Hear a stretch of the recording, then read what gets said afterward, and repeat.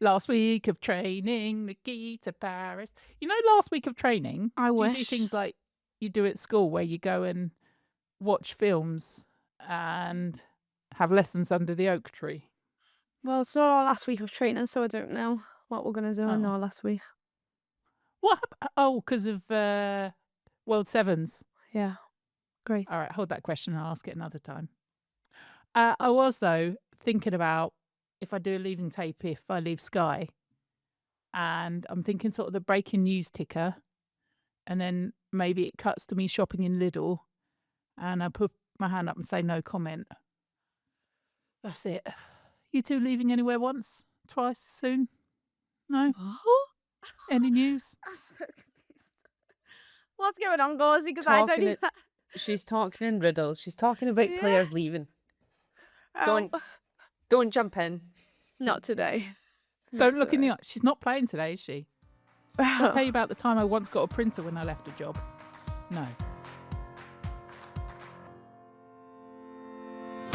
This is Pitch to Pod with WSL legend Nikita. I'm never crying in the leaving tape Paris. And Jordan live stream my tears knobs because she's not here.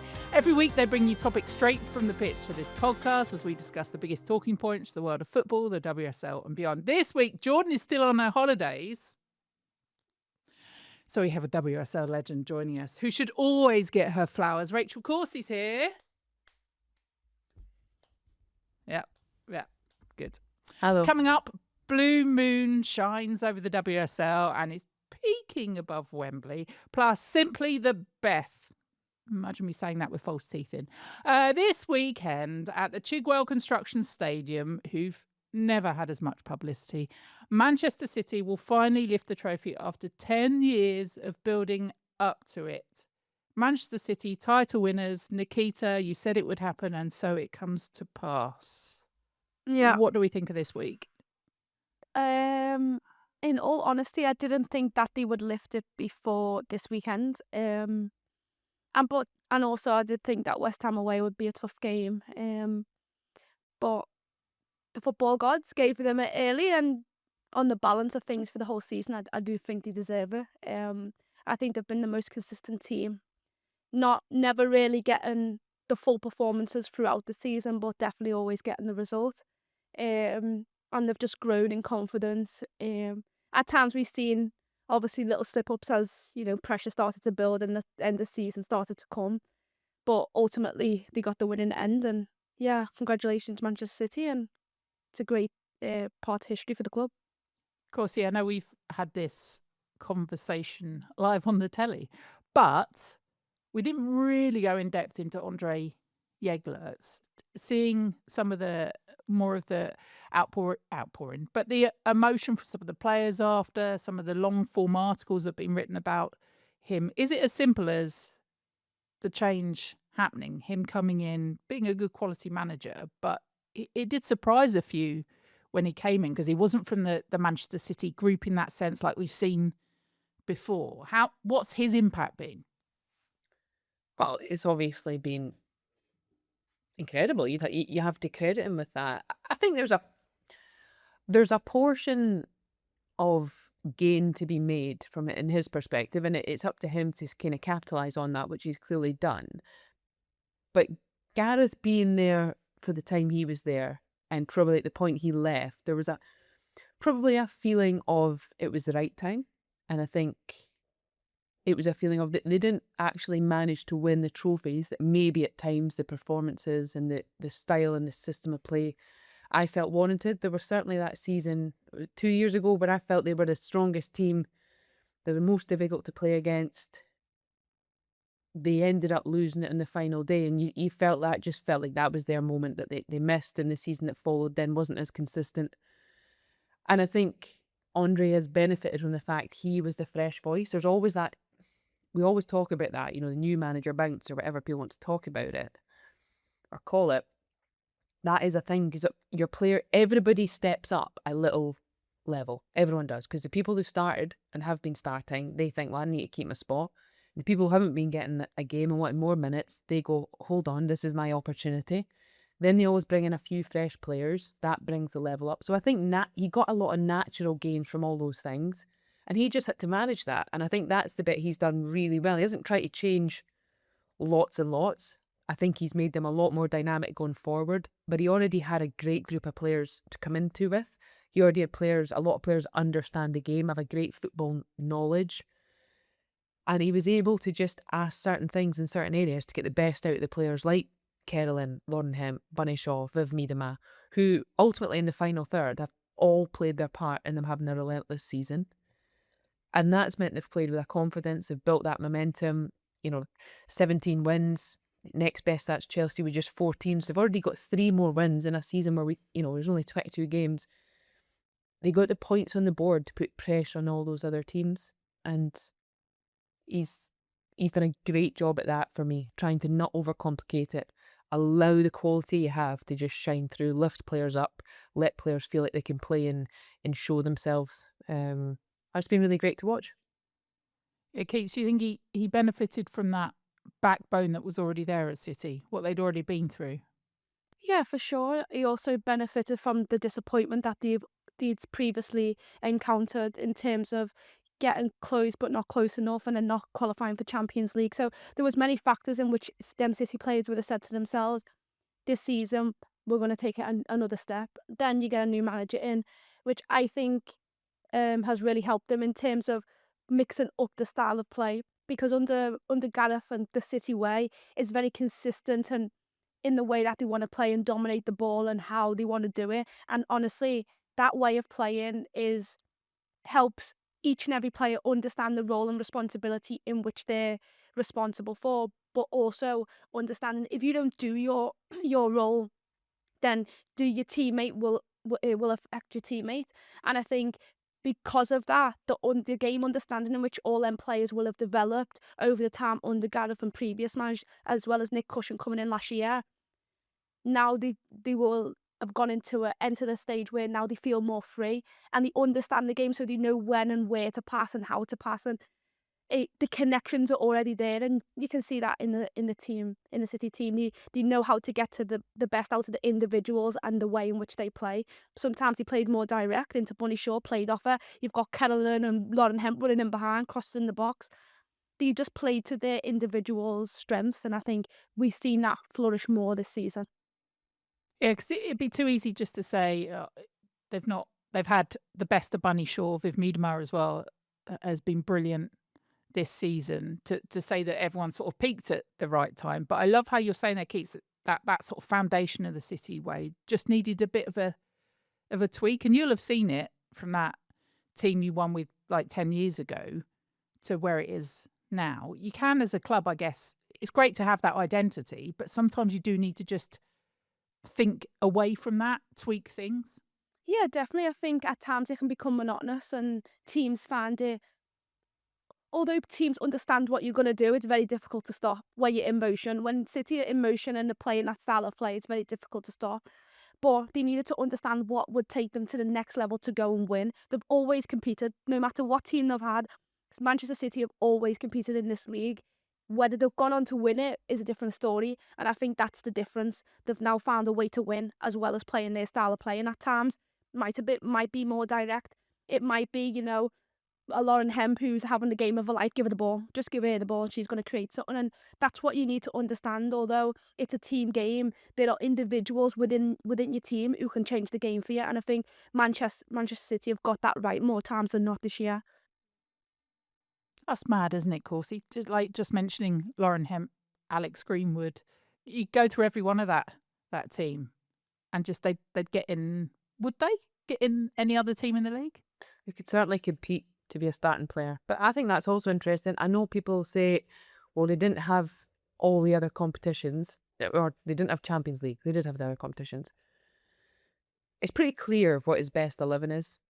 And I think that's a debate we have a lot. Talk about that with Chelsea, with Arsenal, who's their best 11, what's like their absolute best 11. And you need to be dynamic and have,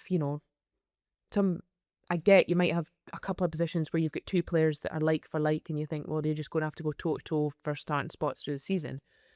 But I think he's been able to keep his core players fit and available, and that's been a huge boost to him. The next layer to that is we think they might need 2 or 3 in the summer to really be able to cope with the demands now of the Champions League if they want to go deep into the competition. We've seen how it affects other teams in the past. The next layer to that is you might, at the moment, you might look and say, well, Mary Fowler, Fujino, Benny's come in, Loman, they're for me the ones that you're like, okay, you've managed to deal with those characters. Clinton, maybe another.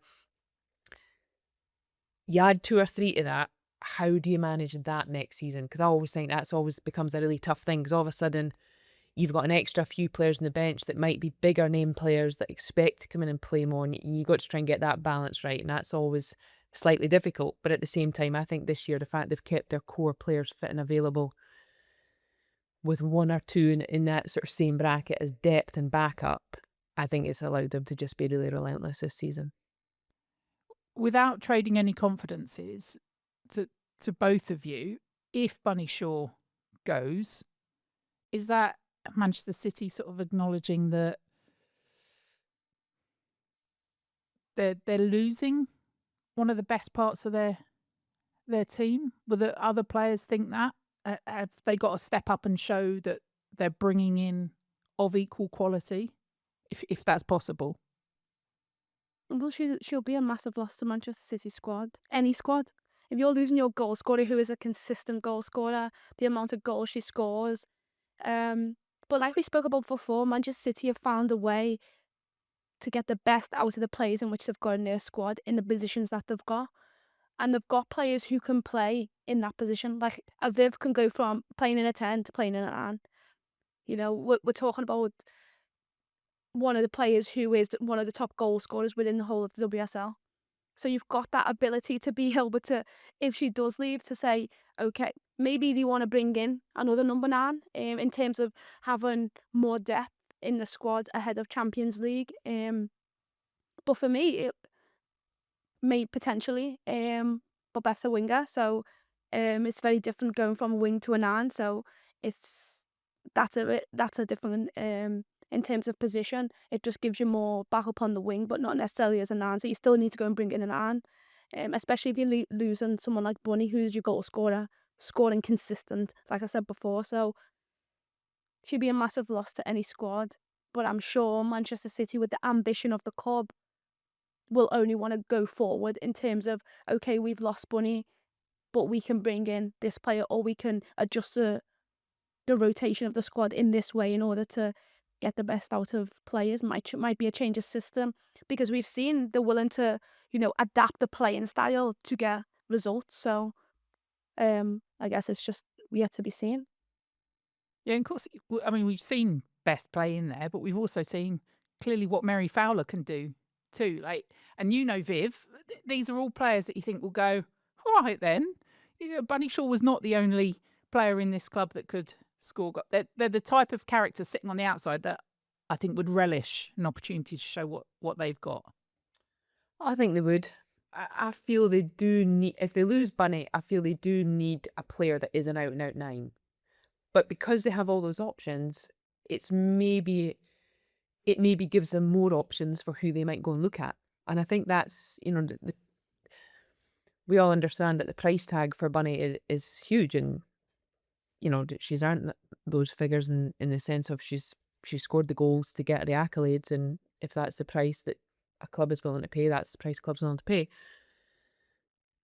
I think Man City have always done their business in a certain way where they're very strategic, and so I think probably it's been this scenario specifically has been one that it doesn't fit within how they like to do the deals that they do. I think, even you think about players that could play, I think someone like Aggie would, could she go the other way? Because I think she's the sort of player that if you give Aggie chances, we've seen she can score goals. And like you say, it maybe doesn't need someone that comes with huge pressure, because you can play Viv as a 9 or a false 9. Beth can go in there at times. You've got Carolyn who likes to come from outside in behind centre backs as well. So they're a team that have so much firepower going forward. Even Hasegawa playing higher up, her vision is just off the charts. So the chances that she creates, if you play up front for City, they need someone that they can work with and improve. But they can have the capacity to look for someone as well who can be young and upcoming and think, we know we're going to get chances. They've created by far the most chances and the most good chances this season. Therefore, you've got a bit of room there for a bit more flexibility, because if you're at Man City, you know they're going to be an attacking based team with great quality. I just think the margin of error is so tight. I don't think you can, in games, your decision making and your final ability to be able to make the difference in a team like Manchester City has to be so high, because I think every other team is catching up. Nobody expected Manchester City probably at the start of the season or the end of last season to go on to win the league this year, and no one expected Chelsea to have an underperforming season the way they have. And that's the very fine lines between qualifying for the Champions League, winning a WSL title, than not. So I think it is really important that you still, if you're losing a bunny who is so consistent in that area and she can find goals out of nothing, like again on the weekend against Chelsea in the FA Cup semi-final, although she had a lot of chances, in the key moments when Manchester City need a goal, she goes and scores it, and that takes them through to a final. Like, that is the difference. So although you can at times afford to have developing players in that area in the big games when the margins are so small, I don't think you can just say a young player go in and make the difference. I don't mean like I don't mean like an academy type young, but I consider Aggie still as a younger player, but she's played first team football for the last 3 seasons. She's been at a top club, she's had that pressure, she's played in big games, and if you give her chances, she'll score goals. That was more like I get your point though, it's a big club to go to. It's certainly not an opportunity that everyone would have success in. But if you do your diligence, you do your good work. And even if you look, the goals Bunny's got in the league have been unbelievable. You can't have the expectation to replace that, because that doesn't happen year on year out. But when you then look at it, Viv and Carolyn are in amongst the names for goals scored this season. Viv's missed a couple of games within that. She's still up there. Fujino's barely played. She's got a good return for the minutes she's played. You've got Mary Fowler back, who's been out. She's going to be she's barely played, and that was her scoring. She scores against Chelsea. Most players go their whole career, they don't score against Chelsea. That's her quality as well. So I feel they've got enough there that there's a bit of room for them to look a bit harder on what they want, rather than make a rush decision to go and say, well, we need to go and get our starting 9, because I do think they've got some options there. Yeah, I understand 100%. With Viv, I feel like they give themselves an opportunity, especially if she wants to play as a 9. I think that gives them an opportunity to then look at other ways to get goals. Oh, you two are too interesting, but I need to move on, unfortunately. 2 things. I loved when Bunny said, I was going to score that one, or I had to score that one, or I knew I would score that one. Whatever it was after she scored the goal, it would be helpful if I knew exactly what she said. But she had that. She knew she was going to get that goal, and it was brilliant. Aggie, of course, Aggie Beaver Jones, if we saw her making the switch. Oh, and one final thing. You can just say it with a yes or no answer. Will we ever see the likes of Chelsea again? As in, will City go back to back? Could they do it 6 in a row? 6 in a row, no. I don't think we'll see that again. 6 in a row, I can see them going back to back for sure, but 6 in a row, no, sorry. I don't see 6 in a row either, and I don't want to manifest that either, because I like a bit of change, bit of a mix up. This is Pitch to Pod with Nikita Parris and Rachel Corsie. Oh, hang on. Will your mum have a word with me if I call you Rach? She likes you to be called Rachel, doesn't she? I'll give her your number. Okay. Rachel Corsie, just for the mum. Let's talk FA Cup. We know Manchester City will go for the domestic double then and face Brighton in the FA Cup final. If you've not heard it, go back and listen to when Dario Vidicic joined us on the podcast.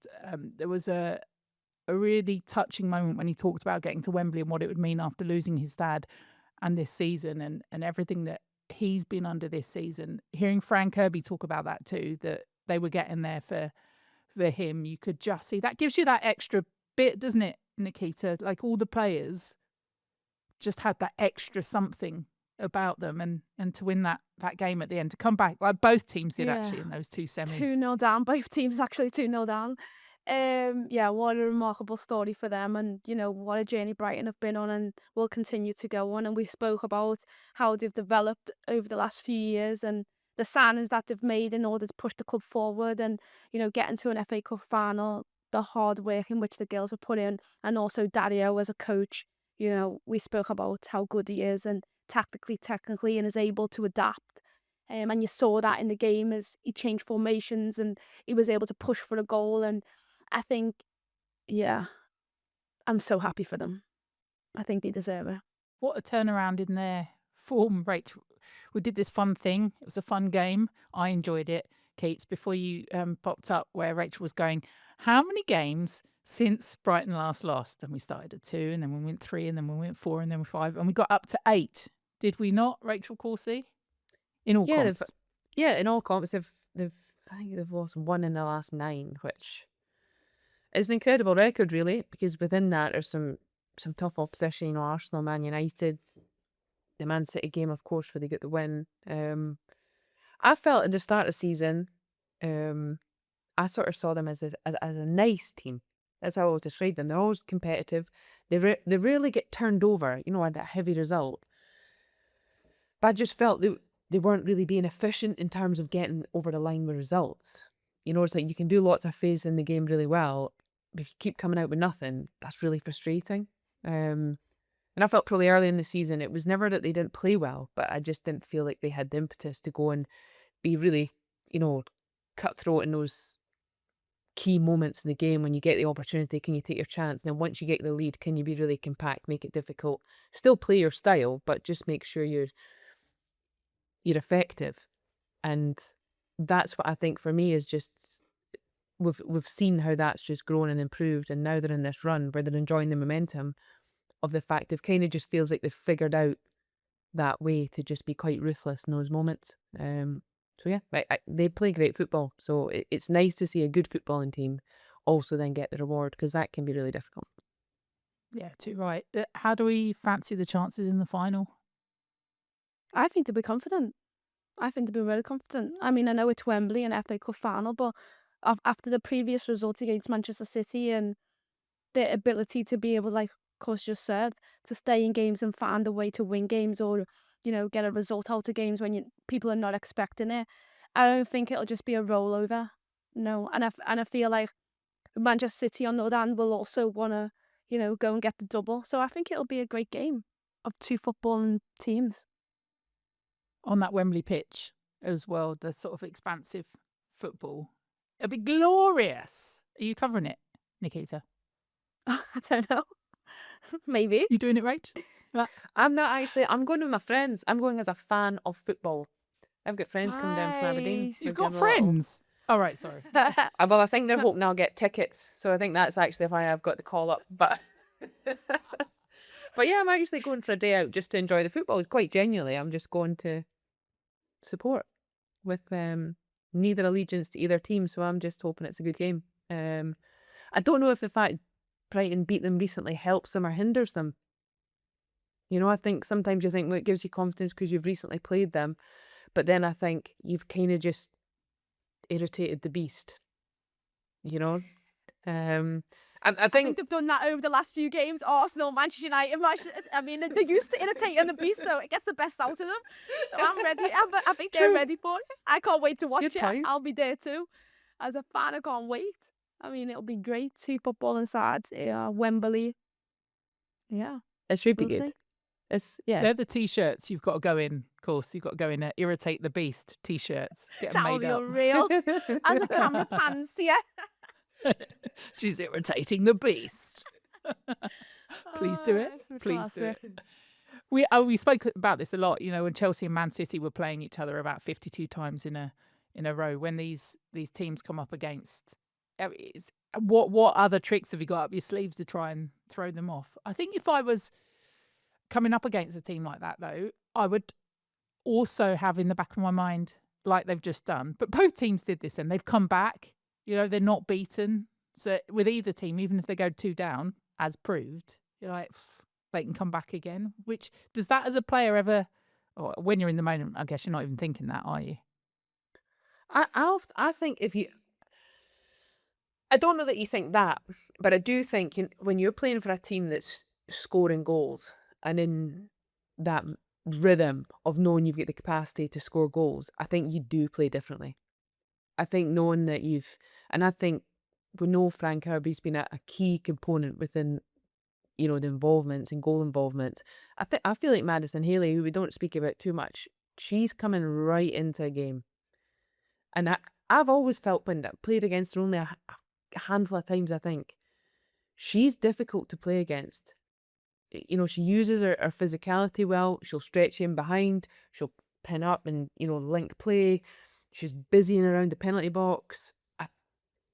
I think having players like that in your team in good form, other players come to life. It brings players out in this confidence. You get fullbacks going up the sides and being involved in the attack. So I think the fact they've found that rhythm of getting goals, and when you look at that run of games where they've had all the good results, they've scored against Man United, the Arsenal. They get 3 against Man City, but 3 in the comeback against Liverpool. Like, you play knowing you've got something about you, and I think that's what serves them well. Yeah. And Madison Haley's got that kind of winning mentality. Her dad won 5 Super Bowls. I mean, if there isn't someone that's surrounded by a bit of bling from the trophies or the Super Bowl rings, there's someone that knows what it's like to have a big old trophy cabinet. Right, that's the FA Cup. Finally, this weekend, the roaring trade in good luck in your new job cards. More summer departures. We're going to spend, I think, we're recording this ahead of the Arsenal-Everton game, and there'll be plenty saying goodbye in that. We've spoken about Bunny Shaw, whether she leaves City or not this summer. Beth Mead then leaving Arsenal. Nikita, Rach said to me at the weekend, she said, I didn't get big flowers every time that I left the club. They were shipping me out the door. They were helping me pack my bags most of the time. Taxi! Was it just that? Was it never? I don't know, Rach, what do you make of it, all these goodbyes, particularly someone like Beth Mead, who could leave Arsenal, and if she goes, rumours to be believed to say Manchester City or London City, wherever she goes, it's a rival club, right? I think Beth, absolutely, I saw her, the message she's put out, and Beth is someone that's been at that club and has contributed to a huge amount of the success and the trophies they have won in the recent years. And I'm glad she's been honoured. I do find it really interesting, though. There's every chance she goes to a team that does become a rival club, and then next season could really hurt you. I find I do quite enjoy the edginess that carries. I think there's something to that as well. There's been a few rumours around the movements at Arsenal and other clubs too of letting players go to a rival club, and maybe we've not seen that too often as big a scale as it is now, where there's so much jeopardy that almost feels like to let players go for free, lose a bit of quality, let them go and better a team that's considered a rival. I think it's quite interesting. Keats, you've done it. Yes, I have. I have. But I think the best thing for the player is to go somewhere that you're valued. I think that's the most Yeah. important.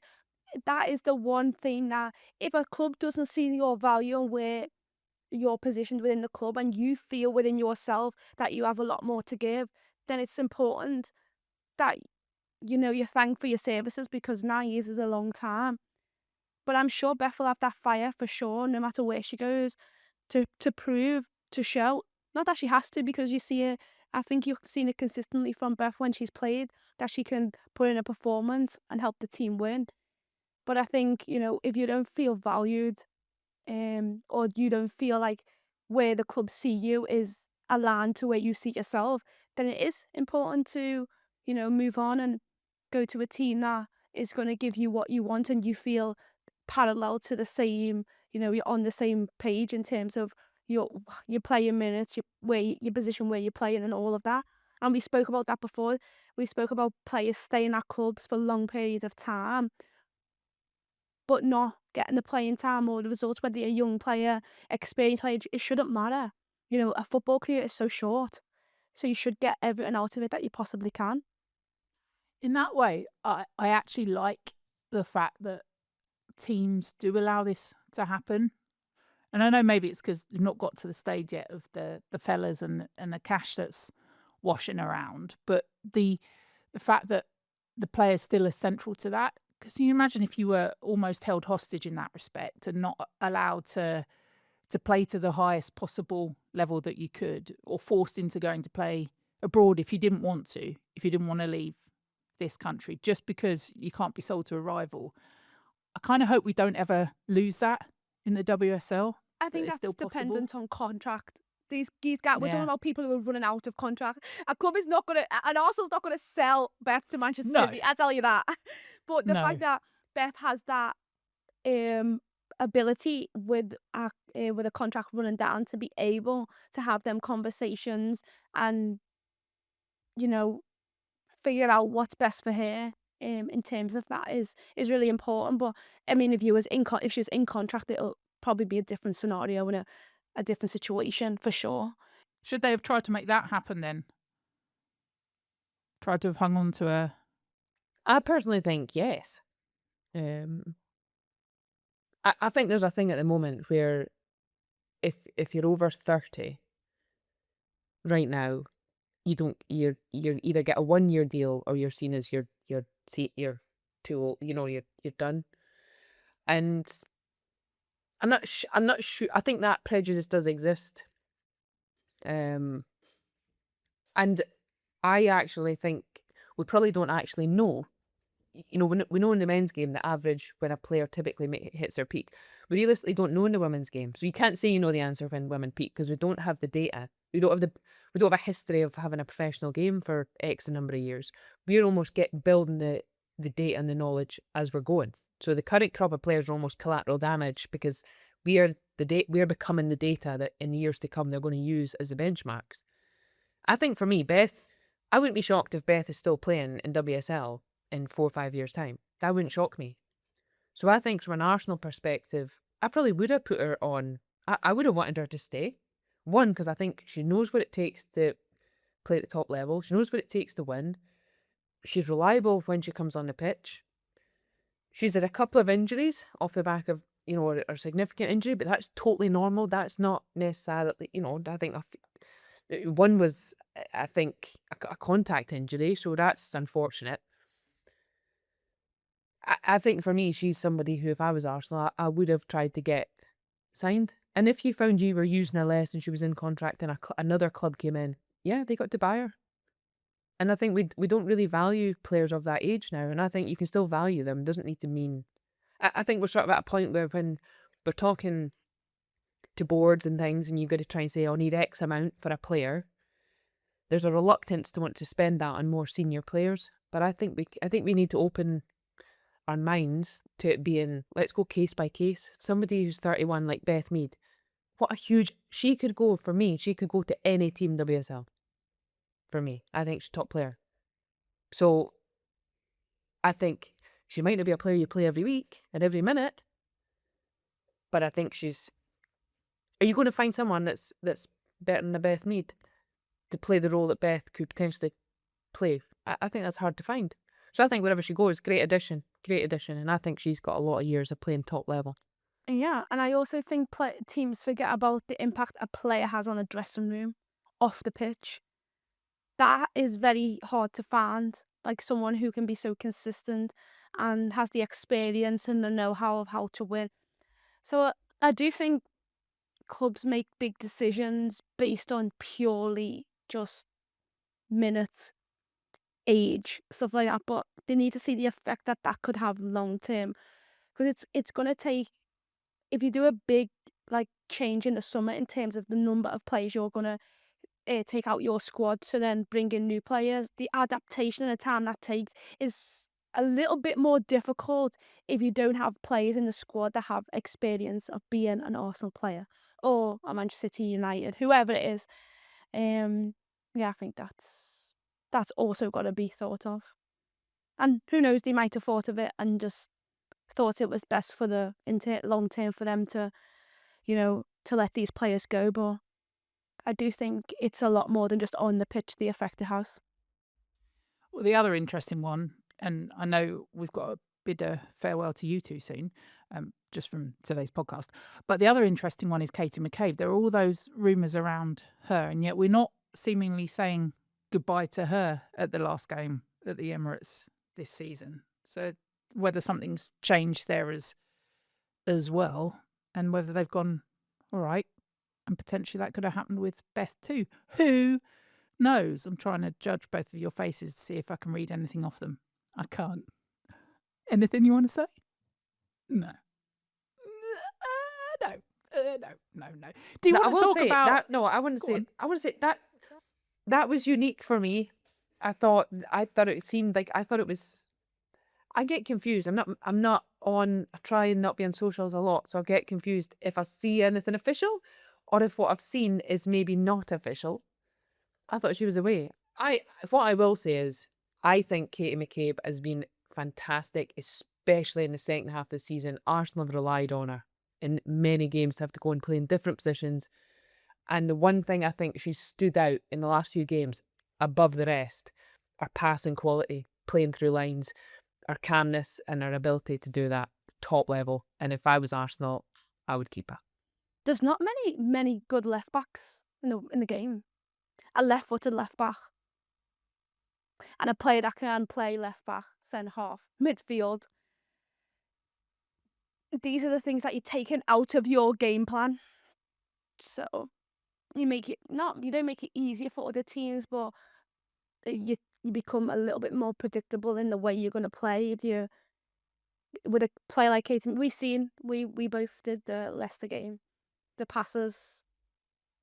You don't see many players are willing to risk the ball. Like there's a different, you know what I mean? Like someone who is confident enough in their own ability to go, you know what? I'm gonna make that pass. I'm gonna go for it. And if it fails, it fails. But I'm gonna go for it. And more times than not, it's been successful and it's made a difference. And this is the experience. maybe the gossip mongers had us all? Should we add some more gossip to it? And anyone turned up to training this week, Nikita? Any agents dropped by? Any new paint in the dressing room? Because I know Any? the agents. Buy, sell. Sounds like it's Corsie at this rate. Rachel Corsie, thank you very much for coming on Pitch to Pod. I will see you. Been a pleasure. We're recording this Tuesday. I will see you Wednesday night for some sweet treats and football, which is I hope I did. how we do the I telly. did Jordan proud. It's tough boots to fill that, but I'm glad it's It is not big literal boots. boots. I've just got to speak, and Would your I wouldn't feet have fit in fancied my- Jordan's boots? no chance. No chance. Shall we let people into a secret that you were looking for some shoes on Saturday? Was it when we were last in the telly? Just in out You'd all the forgotten dirty your telly laundry. shoes. I never found Jordan's boots to put on, and if I had No. found them, I don't think I would have tried.